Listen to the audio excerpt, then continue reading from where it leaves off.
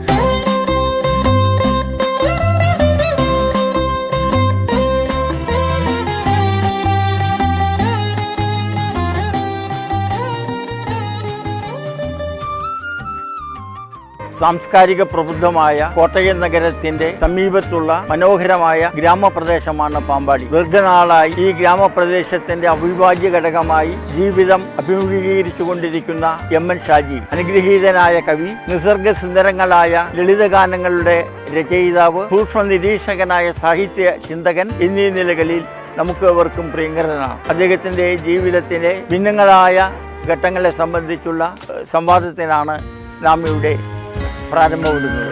നമസ്കാരം.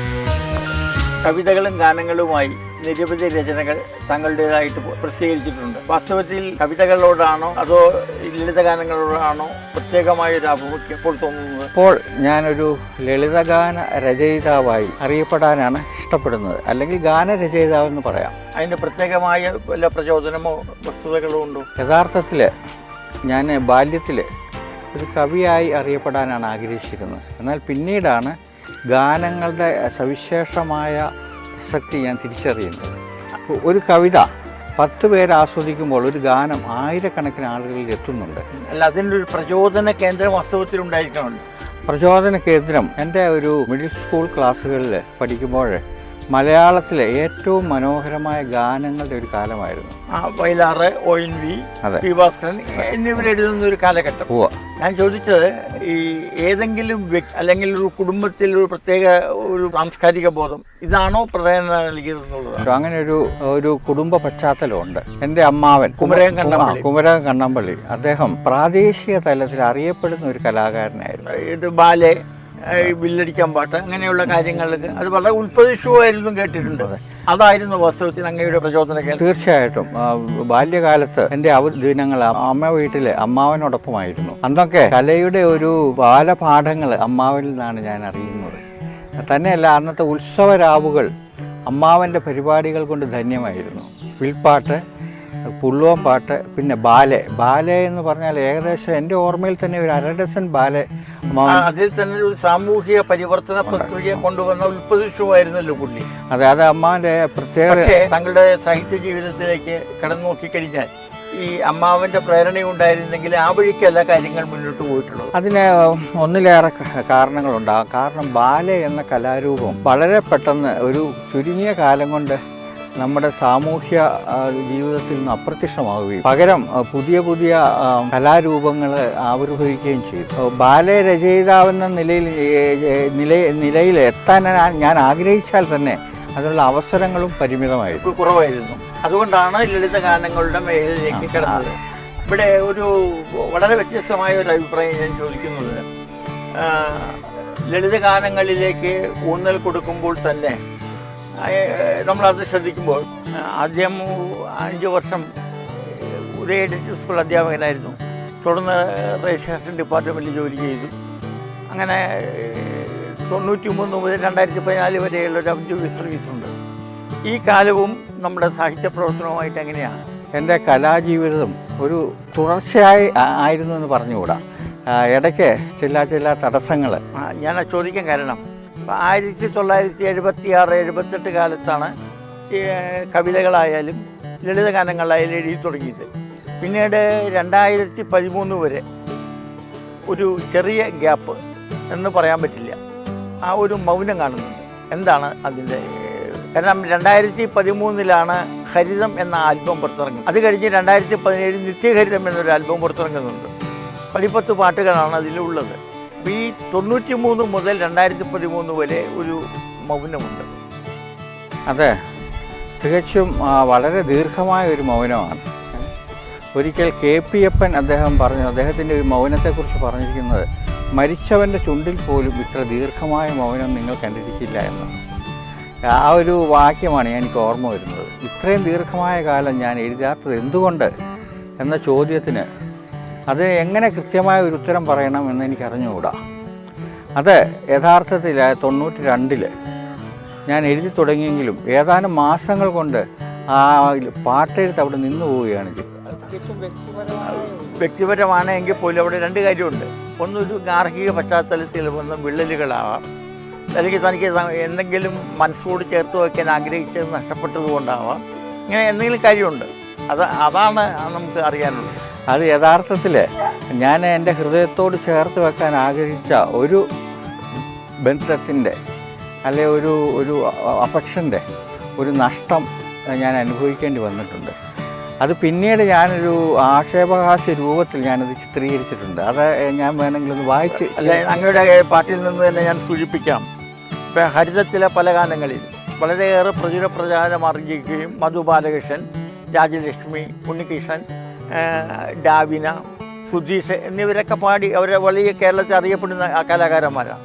അങ്ങനെ പാടി വളരെ ഒരു രോമാഞ്ചം കൊള്ളിച്ച ഒരു ആൽബമാണ് വാസ്തവത്തിൽ ഉള്ളത്. ഇതിൽ പല സ്ഥലത്തും എന്താണ് പറയേണ്ടത്, ഹൃദയഗന്ധത്തെ ആവാഹിക്കുകയും ചൂടുപിടിപ്പിക്കുകയും ചെയ്ത ഒരു സുന്ദരി പറ്റി, അത് കട്ടന് പിന്നിലാണ്. എങ്കിലും ആ ഒരു ഇത് രചനയുമായി എങ്ങനെ മാത്രം ബന്ധപ്പെടുന്നു എന്നുള്ളതാണ്. നമുക്ക് ഓരോരുത്തർക്കും നമ്മുടേതായ സ്വകാര്യ നഷ്ടങ്ങൾ ജീവിതത്തിലുണ്ടാകാം. അങ്ങനെ ഒരു നഷ്ടം ഉണ്ടായിട്ടുണ്ടെന്ന് തന്നെ ഞാൻ പറയുന്നു. ഇതിൽ നിന്ന് 2 വരി ഉദ്ധരിക്കാം. നേരിയ മഞ്ഞിൻ കുളിരല പോലെ, മഞ്ഞക്കുറിയിട്ടൊരു ഓർമ്മകൾ പോലെ. അതൊന്ന്. വേറൊരു സ്ഥലത്ത് പറയുന്നുണ്ട്, എന്താണ് അയച്ചത്, ഇഴവപ്പാതി പെരുമഴ പോലെയും ഇലിഞ്ഞിപ്പൂവിൻ്റെ സുഗന്ധം പോലെയും മരിച്ചെത്തുന്നു എന്ന് പറയുന്നു. അത് ഞാൻ പറഞ്ഞത് അതൊരു വാസ്തവത്തിൽ ആ കവിതകളുടെ ആർജവവും ഊർജവും തേജസ്സും സാത്വികതയൊക്കെയാണത്. അതെന്താണ് എന്നുള്ളതാണ് ഹൃദയം തുറക്കേണ്ടത്. അതായത് പ്രണയം എന്ന് പറയുന്നത് ഒന്ന് നമ്മുടെ വ്യക്തിനിഷ്ഠമായ ഒരു അനുഭവം, തീർച്ചയായിട്ടും. പിന്നെ വേറൊന്ന് പ്രണയത്തെക്കുറിച്ച് നമ്മുടെ ഒരു വിഷൻ. അപ്പം പ്രണയ നഷ്ടങ്ങളെയെല്ലാം അതേപടി നമ്മൾ ആവിഷ്കരിക്കണമെന്നില്ല. പ്രണയനഷ്ടം ഉണ്ടായിട്ടുണ്ടെങ്കിൽ അത് വ്യത്യസ്ത രൂപഭാവങ്ങളിൽ നമ്മുടെ കവിതയിൽ നിഴലിക്കുന്നുണ്ട്. പക്ഷേ എന്നാലും ആരോരും അറിയാതെ, നീ പോലും അറിയാതെ ഹൃദയത്തിലൊരു പുഷ്പം വിടർന്ന കാലം എന്ന് പറയുന്നുണ്ട്. വീണ്ടും അത് കഴിഞ്ഞ് നിത്യഹരിതത്തിലേക്ക് വരുമ്പോഴും അത് ആവർത്തിച്ചു വരുന്നുണ്ട്. ആ വിടർന്ന കാലത്തിനും അതിൻ്റെ ഒരു അസ്തമയം ഉണ്ടായതുകൊണ്ടാണോ ഈ നിശബ്ദത വന്നതെന്നുള്ളത്? ജീവിതത്തിൽ ഉണ്ടാകാവുന്ന ചില സംഭവങ്ങൾ, ചില നഷ്ടങ്ങൾ നമ്മുടെ ജീവിതത്തെ വളരെ ഗാഢമായി ബാധിച്ചിരിക്കാം. അപ്പോൾ ഈ 20 വർഷക്കാലം ഞാൻ എഴുതിയില്ല എന്നുള്ളതിന് ഒരു കാരണം അതാകാം. ആണ്. പക്ഷേ ഈ വന്ന ഗാനങ്ങൾ ഹരിതത്തിലും നിത്യഹരിതത്തിലും ചതിയെക്കുറിച്ച് പേർത്തും പറയുന്നുണ്ട്. അപ്പോൾ എന്തോ തട്ടിമറിക്കപ്പെട്ടു എന്ന് പറയുന്ന ഒരു തോന്നലുണ്ട്. അതെ, ചതി എന്നുള്ള ആ പ്രയോഗം ശ്രദ്ധിക്കണം. അതായത് കാലത്തിൻ്റെ ചതി എന്നാണ് ഞാൻ ഉദ്ദേശിക്കുന്നത്. അതല്ലെങ്കിൽ ഏതെങ്കിലും ഒരു വ്യക്തിയുടെ ചതി എന്നതിനേക്കാൾ നമ്മുടെ അനുഭവത്തിൽ നമുക്ക് വന്ന ഒരു ചതി, അത് പ്രകൃതിയിൽ നിന്നും വന്ന ഒരു ചതിയാകാം, വ്യക്തിയിൽ നിന്നും വന്നതാകാം, അല്ലെങ്കിൽ നമ്മുടെ ദൗർഭാഗ്യത്തിൻ്റെതായ ഒരു ചതിയാകാം. ആ ഒരു രീതിയിൽ അതിനെ കാണാനാണ് എനിക്കിഷ്ടം. മാത്രമല്ല അതിൽ വേറൊരു കാര്യം കൂടിയുണ്ട്. അനങ്കമന്ത്രം, അനങ്കൻ കാമദേവൻ, മനസ്സിലായില്ലേ? അശ്രുവാർന്ന കിനാക്കൾ, ഇങ്ങനെയുള്ള പദപ്രയോഗ ചാരുതകൾ കൊണ്ട് സമ്പന്നമാണ് ഈ വരികളും. പിന്നെ ഒരു കാര്യമുള്ളത്, ഒരു പക്ഷേ ഡോക്ടർ ശാലിനി ഈ ആൽബം നിർമ്മിക്കുമായിരുന്നില്ലെങ്കിൽ അങ്ങയുടെ ഉള്ളിൽ ഇത് എരിഞ്ഞിറങ്ങി പോകുമായിരുന്നു. രണ്ട് കാര്യം അറിയേണ്ടത്, ഒന്ന് ശാലിനി ആരാണ്, മനസ്സിലായില്ലേ? അതാണോ ഈ ശാലിനിയുടെ പ്രേരണയാണോ പിന്നീട് എഴുതുവാൻ തിരിച്ചു വരാൻ തോന്നിയത്? അത് ഡോക്ടർ ശാലിനി എൻ്റെ സഹോദരിയാണ്. എനിക്കെന്നും ശക്തി പകർന്നു തന്നിട്ടുള്ളത് അവളാണ്. അപ്പം ഞാൻ എൻ്റെ ദീർഘമൗനത്തെക്കുറിച്ച് അവൾ ദുഃഖിതയായിരുന്നു. അപ്പം ഞാൻ വീണ്ടും എഴുതി തുടങ്ങിയപ്പോൾ ആദ്യമായിട്ട് ശാലിനിയെ വിളിച്ചിട്ട് ഞാൻ എഴുതി തുടങ്ങുകയാണെന്ന് അറിയിച്ചിരുന്നു. അത് വളരെ യാദൃശ്യമായിരുന്നു. എനിക്ക് ഒരു ദിവസം ഞാൻ എൻ്റെ സർവീസിനിടയിൽ ഒരു പ്രത്യേക ഘട്ടത്തിൽ ഇനി പിരിയുവാൻ ഇനി 1 വർഷം മാത്രമേ ബാക്കിയുള്ളൂ എന്ന തിരിച്ചറിവ്, സർവീസിൽ നിന്ന് പിരിക്കാൻ, അത് 2014. അപ്പോൾ എനിക്ക് തോന്നി വൈകിപ്പോയെങ്കിലും എനിക്ക് നഷ്ടപ്പെട്ടത് ഒരളവോളം എനിക്ക് തിരിച്ചെടുക്കാൻ കഴിയും. അതൊരു ആത്മവിശ്വാസം. ആ ഒരു ആത്മവിശ്വാസമാണ്. കാരണം എന്താണെന്ന് വെച്ചാൽ നമുക്ക് ജീവിതത്തിരിക്കുമ്പോഴേ ഇത് ചെയ്യാൻ കഴിയൂ. ദൈവം നമുക്കൊരു ചെറിയ കഴിവ് തന്നു. ഇപ്പോൾ ഈ ഹരിതം എന്ന് പറയുന്ന ആൽബത്ത് വന്നതിന് ശേഷം ജനങ്ങളുടെ പ്രതികരണം എന്തായിരുന്നു? അതിൽ തങ്ങൾ പൂർണ്ണ സംതൃപ്തനാണോ? അതേക്കുറിച്ച് ഞാൻ പറയാം. ഹരിതം എന്നുള്ളൊരു ആൽബം വന്നെങ്കിലും ഈ ഹരിതം ആൽബം വരുന്ന സമയത്ത് ഈ ആൽബത്തിൻ്റെ പ്രസക്തി നഷ്ടപ്പെട്ടുകൊണ്ടിരിക്കുന്ന ഒരു സമയം കൂടിയായിരുന്നു. എന്ന് തന്നെയല്ല, ഇതൊരു മാർക്കറ്റ് ചെയ്യാൻ, വലിയ തോതിൽ മാർക്കറ്റ് ചെയ്യാനുള്ള ഒരു സൗകര്യമോ അതിനുള്ള ഒരു സന്നദ്ധതയുള്ള ആരെങ്കിലുമോ നമുക്കുണ്ടായിരുന്നില്ല. പക്ഷേ കോട്ടയം ജില്ലയിൽ ഒട്ടേറെ ഇടങ്ങളിൽ എൻ്റെ പാട്ടുകൾ പല സുഹൃത്തുക്കൾ മുഖേന എൻ്റെ ആൽബങ്ങൾ ഈ പ്രത്യേകിച്ച് ഈ ഹരിതം ആൽബം കൊണ്ടെത്തുകയുണ്ടായി. അപ്പം പലരിൽ നിന്നും ലഭിച്ച നല്ല നല്ല പ്രതികരണങ്ങൾ ആണ് എനിക്ക് കിട്ടിയ ഏറ്റവും നല്ല ആവേശം, പുരസ്കാരങ്ങളായി ഞാൻ കണക്കാക്കുന്നത്. അങ്ങനെയുള്ള ചില അനുഭവങ്ങൾ പറയാനുണ്ട്. ഹരിതത്തിന് ശേഷം 2017 നിത്യഹരിതം എന്ന ആൽബം പുറത്തു വരുന്നത്. ദേവേശാണ് അതിൻ്റെ സംഗീത സംവിധാനം നിർവഹിച്ചിരിക്കുന്നത്. പ്രശസ്ത സിനിമാ ഗായകരായ സിത്താര, ദേവാനന്ദ്, സജിൻ ജയരാജ്, ചിത്ര അരുൺ, ഗണേഷ് സുന്ദരം, ഉണ്ണികൃഷ്ണൻ, രമേശ് മുരളി എന്നിവരാണ് ഗാനങ്ങൾ ആലപിക്കുന്നത്. വാസ്തവത്തിൽ ഒരു വലിയ അത്ഭുതകരമായ പ്രതികരണമാണ് ഇതിൽ ഉണ്ടാക്കേണ്ടത്. എന്തു തോന്നുന്നു ഇതിനെപ്പറ്റി? 2013 ഹരിതം ആൽബത്തിന് ശേഷം എൻ്റെ ഏതാനും ഗാനങ്ങൾ യൂട്യൂബിൽ ഗ്ലോബ് ഇന്ത്യ എന്ന ചാനലുകാർ വിഷ്വലൈസ് ചെയ്യുകയുണ്ടായി. അതിൽ നമ്മുടെ സിത്താര പാടിയ മഴ പെയ്തിറങ്ങുന്ന മണ്ണിൽ മഴ പെയ്തിറങ്ങുന്ന മനസ്സിൽ എന്ന ഗാനം ലക്ഷക്കണക്കിന് ആളുകൾ കണ്ടു കഴിഞ്ഞു. അത് സൂപ്പർ ഹിറ്റായി എന്ന് വേണമെങ്കിൽ പറയാം. ധാരാളം ആളുകൾ അതിൻ്റെ പേരിൽ എന്നെ വിളിക്കുകയും അഭിനന്ദിക്കുകയും തന്നെയല്ല പുതിയ ഗാനങ്ങൾ എഴുതുവാനുള്ള അവസരങ്ങൾ ഒരുക്കി തരികയും ചെയ്തിട്ടുണ്ട്. ഇപ്പോൾ ഇതിൽ നോക്കുമ്പോൾ ഇപ്പോൾ മഴ പെയ്തിറങ്ങുമ്പോൾ സിത്താര പാടിയതിനെ പറ്റി പറഞ്ഞു. ഇപ്പോൾ വാലിട്ട് കണ്ണെഴുതി അത് തന്നെ ജയരാജ് പാടുന്നതായിട്ടുമുണ്ട്. പിന്നെ സരിത ബാലകൃഷ്ണൻ പാടുന്നുണ്ട്. 2 ഇതായിട്ടുണ്ട്. ഇത് കൂടാതെ ചന്ദനം മണക്കുന്ന സന്ധ്യ. ഇത് ഇങ്ങനെയുള്ള ചില കാര്യങ്ങൾ വ്യത്യസ്ത ഉള്ള ഈ കാര്യങ്ങൾ എഴുതാനുള്ള ഒരു പ്രചോദനം പറഞ്ഞു. അതായത് ഞാൻ എഴുതുന്ന ഗാനങ്ങൾ പ്രധാനമായിട്ടും പ്രണയം, പ്രകൃതി, നമ്മുടെ ബാല്യകാല സ്മരണകൾ, നമ്മുടെ ഉത്സവങ്ങൾ, ഇങ്ങനെയുള്ള അവയെ കേന്ദ്രീകരിച്ചുള്ളതാണ്. അപ്പം എഴുതുമ്പോൾ എപ്പോഴും ഒരു പാട്ടും വേറൊരു പാട്ടും തമ്മിലൊരു വ്യത്യസ്തത ഉണ്ടാവണം. അതുകൊണ്ട് വാലിട്ട് കണ്ണെഴുതി എന്ന പാട്ട് കുട്ടികൾക്ക് ലളിതമായി പാടാൻ ഉദ്ദേശിച്ചുകൊണ്ട് എഴുതുകയാണ്. പ്രണയഗാനമായിരിക്കെ തന്നെ അത് ലളിതവും മനോഹരവുമാണെന്നാണ് എൻ്റെ വിശ്വാസം. ചന്ദനം മണക്കുന്ന സന്ധ്യകളെന്ന് പറയുന്നത് നമ്മുടെ ഓണക്കാലവുമായിട്ടും നമ്മുടെ ഉത്സവകാലങ്ങളുമായിട്ടും ബന്ധപ്പെടുത്തി കേൾക്കാവുന്ന മനോഹരമായ ഒരു ഗാനമായിട്ടാണ് ഞാൻ സങ്കല്പിച്ചിട്ടുള്ളത്. ഇതിലിപ്പോൾ വളരെ ശ്രദ്ധിക്കേണ്ട ഒരു കാര്യം, ഈ നിത്യഹരിതം എന്ന ആൽബത്തിലേക്ക് വരുമ്പോൾ പൊതുവായിട്ടുള്ള രചനാ രീതികളിൽ നിന്ന് അല്പം ഭാവുകത്വ വ്യതിയാനം കുറിക്കുന്ന ചില രചനകളുണ്ട്. ഉദാഹരണം പമ്പാ നദി, ശബരിനാഥന്, മകരജ്യോതി, ഇതിലൊക്കെ ഒരു ആസ്തിക്യ ബോധനിഷ്ഠമായ ഇതുണ്ട്. ഇത് മാത്രമല്ല, ഞാൻ പിന്നീട് ആൽബത്തിൽ വരാത്ത ചില ഇത് ഞാൻ കാണുകയും വായിക്കുകയും ഒക്കെ ഉണ്ടായി. അതിലൊക്കെ ശബരിമല അല്ലെങ്കിൽ നമ്മുടെ പ്രകൃതി അതിനോടൊരു അഭൗമമായ അല്ലെങ്കിൽ അഭൂതപൂർവമായ ഒരു ഒരു അനുഭൂതി സാകല്യം കാണുന്നുണ്ട്. എന്താണ് ഈ പരിണാമത്തിൻ്റെ ഒരു ഹരിതം ആൽബം ചെയ്യുമ്പോൾ അത് പൊതുവെ അത് മൊത്തത്തിൽ ഏതാണ്ട് ഒരു സോഫ്റ്റ് മെലഡി എന്ന് പറയാവുന്ന ഒരു പ്രത്യേക തരം പാട്ടുകളായിരുന്നു. അത് വിഷാദ ഛായയുള്ള പ്രണയത്തെ കേന്ദ്രീകരിച്ചുള്ള പ്രണയ കേന്ദ്രീകൃതമായ പ്രണയനഷ്ടം ദ്യോതിപ്പിക്കുന്ന ഗാനങ്ങളായിരുന്നു.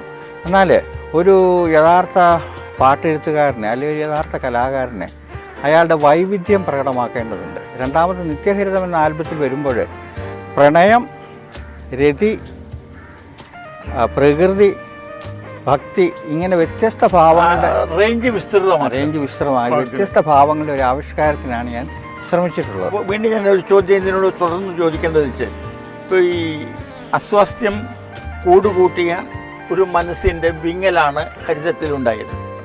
ഇതിൽ പാട്ടുകളിലേക്ക് വരുമ്പോൾ തന്നെ എന്താണ് പറയുന്നത്, നിറയൗവനത്തിൻ്റെ ദുഃഖം വീണ്ടും വീണ്ടും നമ്മളെ അലട്ടുന്നു. പക്ഷെ അതിൽ നിന്നാണ് സ്വാസ്ഥ്യം തേടി ഈ ശബരി സങ്കല്പങ്ങളുമായി ബന്ധപ്പെട്ടുകൊണ്ട് മാറുന്നത്. വാസ്തവത്തിൽ ഈ മാറ്റത്തിൽ ആഹ്ലാദചിത്തനാണോ എന്ന്? തീർച്ചയായിട്ടും ആഹ്ലാദചിത്തനാണ്. കാരണം ഒരു പ്രണയ നൈരാശ്യം ബാധിച്ച ഒരാളുടെ രചനയായിട്ട് എൻ്റെ രചനയെ ഒരിക്കലും വിലയിരുത്തപ്പെടരുതെന്നാണ് എൻ്റെ ആഗ്രഹം. കാരണം ഞാൻ ജീവിതത്തിൽ പ്രതീക്ഷകൾ അർപ്പിച്ചിരിക്കുന്ന ഒരാളാണ്, ദൈവവിശ്വാസിയാണ്. അതുകൊണ്ട് തന്നെ ഒരേ സമയം പ്രണയവും ഭക്തിയും മറ്റ് ജീവിതത്തിൻ്റെ മനോഹരമായ എല്ലാ ഭാവങ്ങളും ആവിഷ്കരിക്കാനാണ് ഞാൻ. അല്ലെ, ഇപ്പോൾ വളരെ ശബരിമല എന്ന് പറഞ്ഞ് വളരെ വിവാദപരമായ കാര്യങ്ങൾ നടക്കുന്ന ഒരു കാലഘട്ടമാണ്. അപ്പോൾ അതും കൂടി ഈ ആത്മനിഷ്ഠമായ മനോഭാവത്തിലേക്ക് തങ്ങൾക്ക് ചേക്കേറാൻ പ്രേരണയായിരുന്നു. തീർച്ചയായിട്ടും നമുക്കിപ്പോഴറിയാം ഈ ശബരിമല ഒരു കോൺട്രവേഴ്സിയാണല്ലോ. യഥാർത്ഥത്തിൽ നമുക്ക് സ്നേഹം തരുന്ന ഒരിടമാണ് എല്ലാ ആത്മീയ ഇടങ്ങളും. അപ്പോൾ ഞാൻ ശബരിമലയെക്കുറിച്ച് എഴുതുമ്പോൾ അല്ലെങ്കിൽ അയ്യപ്പനെക്കുറിച്ച് എഴുതുമ്പോൾ അത് ഒരർത്ഥത്തിൽ ദൈവത്തോടുള്ള പ്രണയമാക്കി മാറ്റുവാനാണ് ഞാൻ ആഗ്രഹിക്കുന്നത്. ദൈവത്തോടുള്ള പ്രണയമാണ് ഭക്തി എന്ന് ഞാൻ വിശ്വസിക്കുന്നു. അതിൽ കിട്ടുന്ന ഒരു ആത്മസമർപ്പണവും ഒരു ഏകാന്ത അനുധ്യാനവും അല്ലേ, അതല്ലേ ഉദ്ദേശിക്കുന്നത്? തീർച്ചയായിട്ടും. കാരണം നമ്മൾ എല്ലാത്തിനും അപ്പുറം നമ്മളെ നയിക്കുന്ന വിധിയാണ്. ഒരു കവി എന്ന നിലയിൽ വളരെ വ്യത്യസ്തത പുലർത്തുന്ന കവിതകളിലൂടെ, നല്ല ഒരു ഗാനരചന ലളിതഗാനങ്ങളിലൂടെ രണ്ട് തരത്തിലുള്ള റേഞ്ചിൽ നിപുണനാണങ്ങ്. വാസ്തവത്തിൽ ഈ മലയാളത്തിൽ കവിതകളുടെയും ഗാനങ്ങളുടെയും പോക്ക് എങ്ങോട്ടാണ്? യഥാർത്ഥത്തിൽ നിരാശാജനകമാണ്. യഥാർത്ഥത്തിൽ എന്ന് പറഞ്ഞാൽ കവിതയുടെ കാര്യം നമുക്കവിടെ നിർത്താം, നമുക്ക് പാട്ടിലേക്ക് പോവാം. പാട്ടിൻ്റെ അവസ്ഥയെന്ന് പറഞ്ഞാൽ ഇന്ന് നമുക്കറിയാം, പണ്ട് യേശുദാസ് പാടുകയും വയലാർ എഴുതുകയും അല്ലെങ്കിൽ ബാബുരാജിനെ പോലുള്ളവർ സംഗീതം ചെയ്യുകയും ചെയ്യുമ്പോൾ ഭൂരിപക്ഷം ഗാനങ്ങളും ഹിറ്റുകളായിരുന്നു. അതെല്ലാ കാലത്തേക്കും. ഹൃദയ സംവേദനക്ഷമത പുതിയ ഗാനങ്ങൾക്ക് കുറഞ്ഞിരിക്കുന്നു. തീർച്ചയായിട്ടും ഹൃദയ സംവേദനക്ഷമത കുറയുവാനുള്ള ഒരു കാരണം തന്നെയല്ല, അത് രചനയിലുള്ള നൈപുണ്യക്കുറവും സംഗീതത്തിലുള്ള വൈദഗ്ധ്യക്കുറവും ആലാപനത്തിലുള്ള ഭാവനയില്ലായ്മയും കൂടി ചേർന്ന് വരുമ്പോഴാണ് പാട്ടിൻ്റെ ഇന്നത്തെ ഒരു അവസ്ഥ. നമ്മൾ സൂക്ഷ്മമായി വിശകലനം ചെയ്താൽ ഒരു ഭാവത്തിനെ സംബന്ധിച്ചിടത്തോളം ഒരു തിരോധാനം ഉണ്ടായിട്ടുണ്ട്. തീർച്ചയായിട്ടും നമുക്കറിയാം, മുമ്പുള്ള ഗാനരചയിതാക്കളൊക്കെ കവികളായി. അവരുടെ രചനകളെ വയലാറിൻ്റെതായാലും പി ഭാസ്കറിൻ്റെതായാലും യൂസഫ് അലി കച്ചേരിയുടെ ഇവരെല്ലാം യഥാർത്ഥത്തിൽ ജന്മന കവികളായിരുന്നു. അതുകൊണ്ട് അവരുടെ കവിത്വം തന്നെയാണ് കവിതയും ഗാനങ്ങളും തമ്മിൽ അത് ഭേദിക്കാത്ത ഒരു മാനസിക തലം അവർ രചനകളിലൂടെ സാക്ഷ്യപ്പെടുത്തി. ഇന്ന് അത് കൈമോശം വന്നിരിക്കുന്നു പലർക്കും. അതെ, അതാണ് ഞാൻ യഥാർത്ഥത്തിൽ ഇന്നും പ്രതിഭാശാലികളായിട്ടുള്ള ഗാനരചയിതാക്കളുണ്ട്. പക്ഷേ അവർക്ക് വേണ്ടത്ര അവസരങ്ങൾ കിട്ടുന്നില്ല എന്നാണ്. ഞാൻ വ്യക്തിപരമായിട്ട് ആരെയും പരാമർശിക്കാൻ ഉദ്ദേശിക്കുന്നില്ല. എങ്കിലും ഇന്ന് സിനിമാ ഗാന രചനാ രംഗത്ത് അതല്ല, ഈ വാദ്യഘോഷങ്ങളുടെ ഒരു കടന്നാക്രമണം പാട്ടുകളെ മരിക്കുന്നുണ്ടോ? യഥാർത്ഥത്തിൽ നമുക്കറിയാം, പണ്ടൊക്കെ സിനിമ മറന്നാലും പാട്ട് മറക്കില്ലായിരുന്നു. കാരണം നമുക്കറിയാം അത് അങ്ങനെ ഒരു കാലം ഉണ്ടായിരുന്നു. ഇപ്പോൾ സിനിമ പോകുന്നതിന് മുമ്പേ പാട്ട് നമ്മുടെ മനസ്സിൽ നിന്ന് പോവുകയാണ്. കാരണം അതിന് നൈസർഗികതയില്ല, ഒറിജിനാലിറ്റി ഇല്ല. ഈ ഒറിജിനാലിറ്റി ഇല്ലാത്തതിന് കാരണം പലതുണ്ട്. രചനയുടെ പോരായ്മ തന്നെയല്ല, അത് നന്നായി കമ്പോസ് ചെയ്യപ്പെടുന്നില്ല. ആലാപനത്തിലും ഒരുപാട് പരിമിതികളുണ്ട്. യേശുദാസിന്റെ ശബ്ദത്തിൽ പാടുന്നവരുണ്ട്. ഞാൻ കുറച്ചുകൂടി വിശദീകരിക്കാൻ നോക്കിയാൽ എൻ്റെ ഒരു സംശയം മാത്രമാണ്, ഈ ഉദാത്തമായ കഥകളുടെ മുഹൂർത്തങ്ങൾ കണ്ടെത്തി ആ മുഹൂർത്തങ്ങളെ എന്താ പറയുക ഹൃദയസ്പൃക്കായി ആവിഷ്കരിക്കുന്ന പാട്ടങ്ങൾക്ക് വേണ്ടി ഉള്ള തപസ്യ കുറയുന്നു എന്നല്ലേ? തീർച്ചയായിട്ടും. ഇപ്പം പല സിനിമകളിലും അത് രസകരമായ ഒരു കാര്യം എന്താണെന്ന് പറഞ്ഞാൽ, പല സിനിമയിലെയും സംവിധായകരെ അവരുടെ ഗാനരചയിതാക്കളെയൊക്കെ ഒരുപക്ഷെ കണ്ടിട്ട് പോലും ഉണ്ടാവില്ല എന്നൊരു സ്ഥിതിവിശേഷമുണ്ട്. പണ്ടൊക്കെ നമുക്കറിയാം പത്മരാജനും ഭരതനും ഒക്കെ ഓരോ സിനിമയിലും എത്ര മനോഹരമായിട്ടാണ് ഗാനങ്ങൾ ചിത്രീകരിച്ചത്. നമുക്ക് ഭാവിയിൽ നമ്മൾ അങ്ങനെ ഒരു സ്വപ്നം നമ്മൾ നോക്കുക, ഇതിനതീതമായി പഴയ ഒരു സുവർണകാലം നമുക്ക് തിരിച്ചു പിടിക്കാൻ പറ്റും. എൻ്റെ ഒരു സ്വപ്നം അതാണ്. കാരണം എന്താണെന്ന് വെച്ചാൽ പാട്ട് എന്ന് പറയുന്നത് മനുഷ്യൻ്റെ ആദിമമായ ഒരു വാസനയാണ്. അപ്പം പാട്ട് ഇല്ലാത്ത ഒരു നാടെന്ന് പറയുന്നത് വളരെ ശുഷ്കമാണ്. ഇപ്പോൾ പാട്ടിലേക്ക് നമ്മൾ കാണുന്നത് യാന്ത്രികതയാണ്. പറഞ്ഞത് ഈ വാദ്യഘോഷങ്ങളുടെ വലിയ ഒച്ചയും ബഹളവും. അല്ല, എങ്കിലും നമുക്കൊരു തിരിച്ചുവരവ് നമുക്ക് പ്രതീക്ഷിക്കാം. ഒരു തിരിച്ചുവരവ് നമ്മൾ തീർച്ചയായിട്ടും ആഗ്രഹിക്കുന്നുണ്ട്. ഞാൻ രാജു പാമ്പാടി സ്വദേശിയാണ്. വളരെ ചെറുപ്പം മുതലേ കവിതാ സാഹിത്യ രംഗത്തിൽ പ്രവർത്തിക്കുന്നയാളാണ്. പാമ്പാടി പബ്ലിക് ലൈബ്രറിയുടെ ഒരു പോഷക സംഘടനയായ സാഹിത്യ സഹൃദയ വേദിയുടെ സെക്രട്ടറി ആയിട്ട് പ്രവർത്തിക്കുന്നുണ്ട്. അതുപോലെ കോട്ടയം ജില്ലയിലെ എല്ലാ സാഹിത്യ സമാജങ്ങളിലും കവിതകൾ അവതരിപ്പിച്ച് വരുന്നുണ്ട്. മിക്കവാറും എല്ലാ ആനുകാലിക പ്രസിദ്ധീകരണങ്ങളും കവിതകൾ എഴുതി വരുന്നുണ്ട്.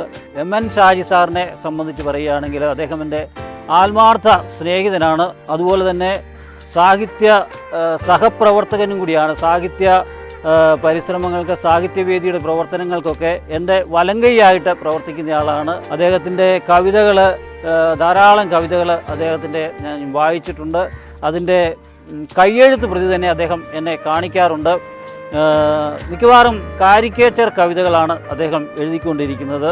ഞാനും ഏതാണ്ട് കാരിക്കേച്ചർ കവിതകൾ എഴുതുന്ന ഒരു സ്വഭാവമുള്ള ആളായതുകൊണ്ട് എനിക്കത് പൂർണ്ണമായിട്ടും ഉൾക്കൊള്ളാനായിട്ട് കഴിഞ്ഞിട്ടുണ്ട്. മലയാള പത്രങ്ങളിൽ വരുന്ന വാർത്തകളെ ലഘു കവിതകളായിട്ടും ചെറിയ കഥകളായിട്ടും ചെറിയ ചിത്രീകരണങ്ങളൊക്കെ ആയിട്ട് മാറ്റാനായിട്ട് MN ഷാജി സാറിനുള്ള കഴിവ് അദ്വിതീയമാണെന്ന് പറയുവാനായിട്ട് എനിക്ക് യാതൊരു സംശയവുമില്ല. അതുപോലെ തന്നെ ഗാനസാഹിത്യം എന്ന് പറയുന്ന മേഖലയിൽ അദ്ദേഹം വളരെ നല്ല രീതിയിൽ പ്രവർത്തിക്കുന്നുണ്ട്. ഏറ്റവും ലളിത കോമള പദാവലികളിൽ അദ്ദേഹം ധാരാളം ലളിത ഗാനങ്ങൾ എഴുതുന്നുണ്ട്. അടുത്ത കാലത്ത് കലാകൗമുദിയിൽ വന്ന ജീവിതം എന്ന കവിത അതിമനോഹരമായ ഒരു കാൽപ്പനിക കവിതയായിട്ട് എനിക്ക് തോന്നി. അദ്ദേഹത്തിൻ്റെ കാവ്യ ജീവിതം എന്ന് പറയുന്നത് പ്രോത്സാഹനവും അതുപോലെ പുരോഗനാത്മകവുമായിട്ട് തീരുവാനായിട്ട് കഴിയട്ടെ എന്ന് ഞാൻ പ്രാർത്ഥിക്കുകയും ചെയ്യും. ഒരു കാര്യം, ഇനി അടുത്ത ആൽബം എന്തായിരിക്കും, അല്ലെങ്കിൽ എന്നായിരിക്കും? എന്നെ സംബന്ധിച്ച് പറഞ്ഞാൽ ഞാനിപ്പോൾ 2 ആൽബം ചെയ്തു. അതുകൂടാതെ ഏതാനും ഗാനങ്ങൾ യൂട്യൂബിൽ നമ്മൾ ചിത്രീകരിക്കുകയും ചെയ്തു. അപ്പം അതിനുശേഷം എന്നോട് ഇപ്പം ഒരു എറണാകുളത്തുള്ള ഒരു മ്യൂസിക് ഡയറക്ടർ, അദ്ദേഹം തന്നെയാണ് ആ ഒരു ആൽബത്തിൻ്റെ പ്രൊഡ്യൂസറും. അദ്ദേഹം എന്നോട് കുറേ പാട്ടുകൾ എഴുതണമെന്ന് പറഞ്ഞു. ഏതാനും പാട്ടുകൾ ഞാൻ എഴുതി കൊടുത്തിട്ടുണ്ട്. അത് ചിട്ടപ്പെടുത്തിക്കൊണ്ടിരിക്കുകയാണ്. ഏതാനും മാസങ്ങൾക്കകം. അല്ല, ഇനി ഈ മൗനത്തിൻ്റെ ഒരു കാലഘട്ടം വെടിഞ്ഞപ്പോൾ വന്നല്ലോ ഹരിതത്തിനും നിത്യഹരിതത്തിനും. ഇനി സമ്പന്നമായിട്ട് ഈ രംഗവുമായി അഭിനമിക്കാൻ ഉള്ള ഒരു തയ്യാറെടുപ്പിലാണോ? തീർച്ചയായിട്ടും. കാരണം എനിക്ക് ഒരു സാറ് നേരത്തെ ചോദിച്ചതുപോലെ 2 പതിറ്റാണ്ട് കാലത്തിൻ്റെ നഷ്ടമുണ്ടായിരുന്നു. അത് വീണ്ടെടുക്കാൻ കഴിഞ്ഞില്ലെങ്കിലും നമുക്ക് ഒരു ചോദ്യം കൂടി സാന്ദർഭികമായിട്ട് ചോദിക്കാം. ഈ സിനിമാ ഗാനങ്ങൾ എഴുതാൻ താല്പര്യമുണ്ടോ? അത് ഏതെങ്കിലും ഗാനങ്ങൾ സിനിമയിലേക്ക് വരുന്നുണ്ടോ? സിനിമയ്ക്ക് വേണ്ടി എഴുതിയിട്ടുണ്ട്, പക്ഷേ അത് റിലീസ് ചെയ്യപ്പെട്ടിട്ടില്ല. അതിൻ്റെ ഒരു ആവിഷ്കാരം അല്ലെങ്കിൽ അത് റിലീസിങ്ങിന് ശേഷം മാത്രമേ എനിക്ക് അതേക്കുറിച്ച് ആധികാരികമായിട്ട് സംസാരിക്കാൻ. ഇപ്പോൾ എഴുതി ചിട്ടപ്പെടുത്തി സിനിമയ്ക്ക് വേണ്ടി കൊടുത്തിരിക്കുന്നു ഉണ്ട്. അതിൽ ആ രംഗത്ത് കൂടുതൽ കടന്നു വരാനുള്ള ഒരു അഭിലാഷം എങ്ങനെയാണ്? തീർച്ചയായിട്ടും പാട്ടിനെ സംബന്ധിച്ച് സിനിമാ ഗാനമായാലും യൂട്യൂബിൽ ചെയ്യാനായാലും ആൽബം ചെയ്യാനായാലും ആരെങ്കിലും ആവശ്യപ്പെട്ടാൽ തീർച്ചയായിട്ടും അത് ചെയ്തു കൊടുക്കാൻ എനിക്ക് സന്തോഷമുള്ളൂ. പക്ഷേ അതിനൊരു നിലവാരം ഉണ്ടായിരിക്കണം. എൻ്റെ പേര് ഔസഫ് ചിറ്റക്കാട് എന്നാണ്. ഞാൻ പരസ്പരം എന്ന മാസികയുടെ പത്രാധിപരാണ്. പരസ്പരം മാസികയ്ക്ക് പ്രതിമാസ സാഹിത്യ സംവാദങ്ങളുണ്ട്. ഒരിക്കൽ 5 വർഷത്തിന് മുമ്പ് നടന്ന മാസികയുടെ വാർഷിക സമ്മേളനത്തിൽ വെച്ചാണ് ഞാൻ ഷാജി സാറിനെ പരിചയപ്പെടുന്നത്. അതിനുശേഷം മാസികയുടെ പ്രതിമാസ പരിപാടികളിൽ അദ്ദേഹത്തിൻ്റെ കവിതകളിലൂടെ കൂടുതൽ പരിചിതനായി. പിന്നീടാണ് അദ്ദേഹത്തിൻ്റെ 2 ആൽബങ്ങൾ എൻ്റെ ശ്രദ്ധയിൽപ്പെട്ടതും അതിലെ ഗാനങ്ങൾ എന്നെ വളരെയേറെ ആകർഷിക്കുകയുണ്ടായി. നമ്മുടെ മലയാള ഭാഷയ്ക്ക് ഗാനസാഹിത്യത്തിന് ലഭിച്ചിട്ടുള്ള ഒരു വരദാനമാണ് ഈ ഗായകൻ എന്ന് നിസ്സംശയം പറയാൻ കഴിയും. അദ്ദേഹത്തിൻ്റെ സർഗസപര്യയ്ക്ക് എല്ലാവിധ ആശംസകളും ഞാൻ ഈ അവസരത്തിൽ അർപ്പിക്കുന്നു. ഇനി വളരെ ഒരു ഉപരിപ്ലവമായ ഒരു ചോദ്യമായിട്ട് തോന്നരുത്. ഇപ്പം എഴുതി ഇഷ്ടപ്പെട്ട 3 ഗാനങ്ങളുടെ പേര് പറയാം, ഇതുവരെ എഴുതി. തീർച്ചയായിട്ടും അപ്പം അങ്ങനെ പറയുന്നതിനൊരു ബുദ്ധിമുട്ട് എന്താണെന്ന് പറഞ്ഞാൽ, ഒരു പിതാവ് തൻ്റെ മക്കളിൽ ഏറ്റവും പ്രിയങ്കരിയായിട്ടുള്ള അല്ലെങ്കിൽ പ്രിയങ്കരനായിട്ടുള്ള ആരാണ് എന്ന് ചോദിക്കുമ്പോൾ പെട്ടെന്ന് വരുന്ന ഒരു ഒരു ഒരു ഉത്തരമില്ലായ്മ എനിക്കുണ്ട്. എങ്കിലും ഏറ്റവും പ്രിയപ്പെട്ടത് മനസ്സിനോട് ചേർത്ത് വയ്ക്കാം. തീർച്ചയായിട്ടും ഒന്ന് ഞാൻ ആദ്യം എഴുതിയ ഗാനം തന്നെയാണ്. അതായത് 92 എഴുതിയതാണ്. അത് 2013 അത് മധു ബാലകൃഷ്ണൻ പാടുന്നത്. അതെ, പ്രണയ സരോവര തീരത്തു നിന്നൊരു ഹൃദയമന്ത്രം ഉയർന്നു എന്നാണ് അതിൻ്റെ തുടക്കം. ഞാൻ ആദ്യമായിട്ട് എഴുതുന്ന പാട്ടാണ്. ആദ്യ പ്രണയം പോലെ എനിക്കത് പ്രിയങ്കരമാണ്.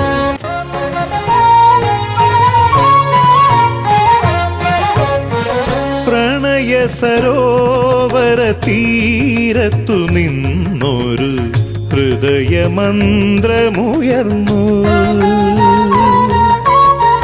പ്രണയ സരോവര തീരത്തു നിന്നൊരു ഹൃദയമന്ത്രമുയർന്നു. അനുഭൂതികളുടെ കാനന വീഥിയിൽ, അനുഭൂതികളുടെ കാനന വീഥിയിൽ അശ്വതി പൂക്കൾ വിടർന്നു. അനുരാഗവല്ലരികൾ പൂത്തുലഞ്ഞു. പിന്നെ ചന്ദനം മണക്കുന്ന സന്ധ്യകളുടെ എന്ന് രാജലക്ഷ്മി പാടി മനോഹരമാക്കിയ ഒരു ഗാനമുണ്ട്. അത് എനിക്ക് ഏറെ പ്രിയങ്കരം. എൻ്റെ മഴ, സിത്താര എന്ന അനുഗ്രഹീത ഗായിക യൂട്യൂബിൽ മകരജ്യോതി എന്ന ഗാനത്തിൽ അത് ആത്മീയത തുളുമ്പി നിൽക്കുന്നുണ്ടെങ്കിലും പ്രതീകാത്മകമായ ഒട്ടേറെ മാനങ്ങളുള്ള ഒരു ഇതല്ലേ. അത് ഞാൻ പറഞ്ഞല്ലോ, ഈ ഭക്തി എന്ന് പറയുന്നത് നമ്മൾ ഹൃദയപൂർവ്വം ചെയ്യുന്ന ഒരു പ്രാർത്ഥനയാണല്ലോ. അതല്ലാതെ ഒരു ഒച്ച ബഹളം വെക്കലോ അല്ലെങ്കിൽ ഒരു ശബ്ദഘോഷമായി പരിണമിക്കാൻ പാടില്ല. അതുകൊണ്ട് അതങ്ങനെ ഞാൻ ഉദ്ദേശിക്കുന്നത് എന്താണെന്ന് വെച്ചാൽ ദൈവത്തോടുള്ള പ്രണയം, സുന്ദരമായ അനുഭൂതി. അത് ഞാൻ ഒരു വേറൊരു കാര്യം, നമ്മൾ ഞങ്ങളുടെ ആൽബത്തെ പറ്റി കഴിഞ്ഞിട്ട് നോക്കിക്കണ്ട ചില ആളുകളിൽ പ്രൊഫസർ എൻ രഘുദേവ് അദ്ദേഹം പറയുന്നുണ്ട്, ഹൃദയ സൈലൻസിൽ സുവർണ മലയാളങ്ങൾ എന്ന നിലയിൽ അനുഭൂതി പകരുന്ന ഗാനങ്ങൾ ആണ് എന്ന് പറയുന്നു. സ്വയം തോന്നുന്നുണ്ടോ അങ്ങനെ? അത് ഞാൻ എന്നെക്കുറിച്ച് അങ്ങനെ വിലയിരുത്തുന്നത് ശരിയല്ല. പക്ഷേ പ്രൊഫസർ രഘുദേവ് അദ്ദേഹം 2 വർഷം മുമ്പ് അദ്ദേഹത്തിന് ദേവജ എന്ന വാരികയിൽ എഴുതിയ ആ മനോഹരമായ ആസ്വാദനം എനിക്ക് വലിയ ഒരു ഊർജം പകർന്നു തന്നതാണ്. കാരണം അധികമൊന്നും അംഗീകരിക്കപ്പെടാതിരുന്ന കാലത്ത് ആ ഒരു ആൽബത്തിൻ്റെ അല്ലെങ്കിൽ ആന്തരിക ശോഭ കണ്ടെത്തി അത് പ്രകടിപ്പിച്ച മനോഹരമായൊരു ലേഖനമായിരുന്നു. അതെനിക്ക് ഒരുപാട് പ്രചോദനമായിരുന്നു. എൻ്റെ പേര് PM മത്തായി, പാമ്പാടി സ്വദേശിയാണ്. പാമ്പാടി സാഹിത്യ സഹൃദയ വേദിയുമായി ഞാനും MN ഷാജി സാറുമൊക്കെ ആയിട്ട് ദീർഘവർഷങ്ങളായിട്ട് ഒരുമിച്ച് പ്രവർത്തിച്ചുകൊണ്ടിരിക്കുന്നു. തൻ്റെ ചെറിയ ചെറിയ കവിതകൾ വലിയ വലിയ ചിന്തകൾക്കും വലിയ ആഴമേറിയ കാര്യങ്ങൾ തൻ്റെ ആ ചെറിയ കവിതകൾ കൂടി താൻ പുറത്തു കൊണ്ടുവന്നിരിക്കുന്നു. അനേകം ചെറിയ ചിന്തകളാണ് അദ്ദേഹത്തിൻ്റെ രചനകളിൽ ഉള്ളതെങ്കിലും വൻ കാര്യങ്ങളാണ് താൻ ആ രചനയിൽ കൂടെ സമൂഹത്തിലേക്ക് കൊണ്ടുവന്നുകൊണ്ടിരിക്കുന്നത്. ഒരു വെല്ലുവിളിയായിട്ടുള്ളൊരു ചോദ്യമാണ് ഞാൻ ചോദിക്കുന്നത്. ഈ ഒരിക്കലും പാടി മടി വരാത്ത വിധത്തിലുള്ള ഏതെങ്കിലും ഗാനങ്ങൾ മനസ്സിൽ ചിട്ടപ്പെടുത്തിക്കൊണ്ടിരിക്കുന്നു? ഒരു കലാകാരൻ എന്ന നിലയിൽ ഇന്ന് വരെ എഴുതിയതിനേക്കാൾ മനോഹരമായത് എഴുതണമെന്നാണ് ഞാൻ ആഗ്രഹിക്കുന്നത്. എൻ്റെ ഏറ്റവും മനോഹരമായ പാട്ട് ഇനിയും എഴുതപ്പെട്ടിട്ടില്ല. ഇപ്പോൾ ഒരു അറിയാം, അങ്ങയുടെ സഹധർമ്മി വിട്ടുപിരിഞ്ഞ് അറിയാവുന്ന കാര്യങ്ങൾ. അപ്പം അങ്ങനെ എങ്കിലും ആ ഒരു ജീവിതത്തിൻ്റെ ഒരു പ്രത്യാശാഭരിതമായ ഒരു തലത്തിലേക്ക് മാറിക്കൊണ്ടിരിക്കുന്നില്ല. കാരണം എന്താണെന്ന് വെച്ചാൽ എന്നെ സംബന്ധിച്ചിടത്തോളം എനിക്ക് ജീവിതത്തിൽ ഒരുപാട് നഷ്ടങ്ങളുണ്ടായിട്ടുണ്ട്. സാറ് നേരത്തെ ചോദിച്ച പോലെ എന്തുകൊണ്ട് ദീർഘമായ മൗനം? തീർച്ചയായിട്ടും ദീർഘമായ മൗനത്തിന് പിന്നിൽ വ്യക്തിപരമായ വലിയ നഷ്ടങ്ങളുണ്ട്. അതുപോലെ എൻ്റെ ആദ്യത്തെ ആൽബം പുറത്തിറങ്ങുന്നതിന് ഏതാനും ആഴ്ചകൾക്ക് മുമ്പാണ്, അത് ആ ഒരു കാലഘട്ടത്തിൽ തന്നെയാണ് എൻ്റെ ഭാര്യ എന്നെ വിട്ടുപിരിയുന്നത്. അതുപോലെ നിരവധി നഷ്ടങ്ങളുടെ ഒരു ചരിത്രമാണ് എൻ്റെ ജീവിതം. അത് ഞാൻ എന്നെ സ്വയം ആരെങ്കിലും ഒരു സഹാനുഭൂതിക്ക് വേണ്ടി പറയുന്നതല്ല, ആരെയും കുറ്റപ്പെടുത്തുന്നില്ല. കാരണം ആരെയും കുറ്റപ്പെടുത്തുന്നതിൽ ഞാൻ വിശ്വസിക്കുന്നില്ല. ഞാൻ ദൈവത്തിൽ വിശ്വസിക്കുന്നു. നമുക്ക് കിട്ടാനുള്ളത് മാത്രമേ നമുക്ക് കിട്ടൂ. അതേസമയം നിരാശനാകാൻ ഞാൻ ഇഷ്ടപ്പെടുന്നില്ല. ഇനി മറ്റൊരു ഗൗരവമായൊരു ചോദ്യമാണ്, ഒരു ഗാനരചയിതാവ് എന്ന നിലയിൽ താങ്കളുടെ ദീർഘമായ സബരിയെപ്പറ്റി നമ്മൾ സംസാരിച്ചു. അതിൽ നിന്ന് അല്പം വ്യത്യസ്തമായി എൻ്റെ മനസ്സിനെ വളരെയേറെ ഹർട്ട് ചെയ്യുകയും അതേ സമയത്ത് തന്നെ പ്രചോദിപ്പിക്കുകയും ചെയ്ത ഒരു എന്താ പറയുന്ന ഒരു സന്ദർഭം അടുത്ത കാലത്ത് കലാകൗമുദി വാരികയിൽ അങ്ങ് ജീവിതം എന്ന ഒരു കവിത എഴുതുകയാണ്. ചെറിയ കവിതയാണെങ്കിൽ ആ കവിതയിൽ അങ്ങ് പറയുന്നു, പാർശ്വവൽക്കരിക്കപ്പെട്ടവൻ്റെ ദുഃഖമാണ് എന്നും അതിൽ സംഗീതമോ ശ്രുതിയോ അല്ല, എൻ്റെ ജീവിതത്തിൻ്റെ കനലാണ് എഴുത്ത് എന്ന് പറയുന്നു. ഈ ഒരു അനുഭൂതി സാഹചര്യത്തിലേക്ക് താങ്കൾ നയിച്ച സാഹചര്യം. യഥാർത്ഥത്തിൽ ഞാനൊരു ദൈവവിശ്വാസിയാണ്.